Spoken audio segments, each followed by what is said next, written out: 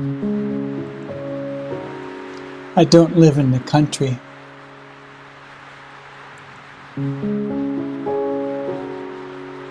I don't live in the woods or the mountains or on the ocean.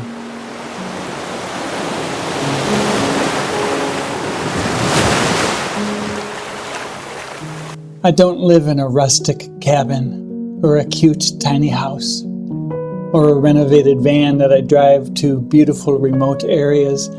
I don't live in any of the kinds of places that get a lot of attention on YouTube. I live 10 minutes from an international airport. The sight and sound of jets is a normal part of everyday life. Downtown Milwaukee is just 15 minutes away, over the Hone Bridge.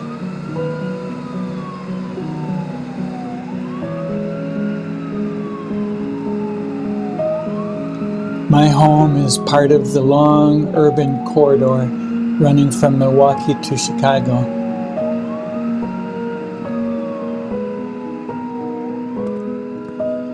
I live in an unglamorous, vinyl-sided Cape Cod house in the mixed working class and white-collar neighborhood I grew up in. The same neighborhood I couldn't wait to get away from when I was a teenager. I left at 18 for college and swore to myself I'd never come back. But 13 years later I did, when I started my career as a university professor.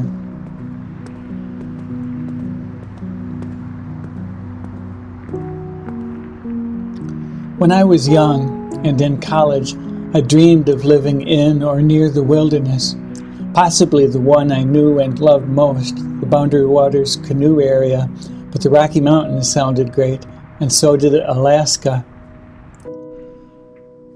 Wild places have shaped my life, and continue to do so even though I don't live nearby.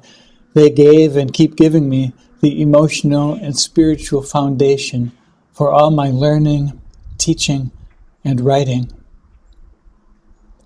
I'm about to turn 65.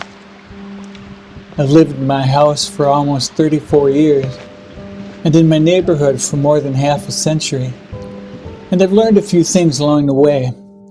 Some of these I used to teach in my nature and culture class, and in my religion and culture class. Many of my students said these courses were life-changing.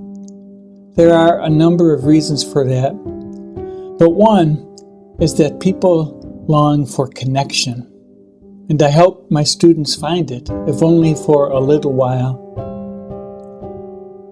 They seek meaning and purpose, and I gave them hope of finding it. I'm an author, not a filmmaker, but telling stories is at the heart of both fields. What I aim to do with this channel is to make videos that give you at least a few minutes of calm and beauty, and perhaps stir some reflection that can help you reconnect to the natural world around you, and in doing so find more meaning and hope in life. A popular song that's probably still loved by aging hippies said that if you can't be with the one you love, love the one you're with. I think you can apply that to places too, and to the kinds of relationships we need to build for a better world. I love the wild places of the world, but I also know that wonder is everywhere. I rarely drive anywhere these days. I have almost everything I need in my neighborhood and its beautiful park along the shore of Lake Michigan. Whether the topic is about nature or life or writing, I hope you will find something here that touches a chord in you.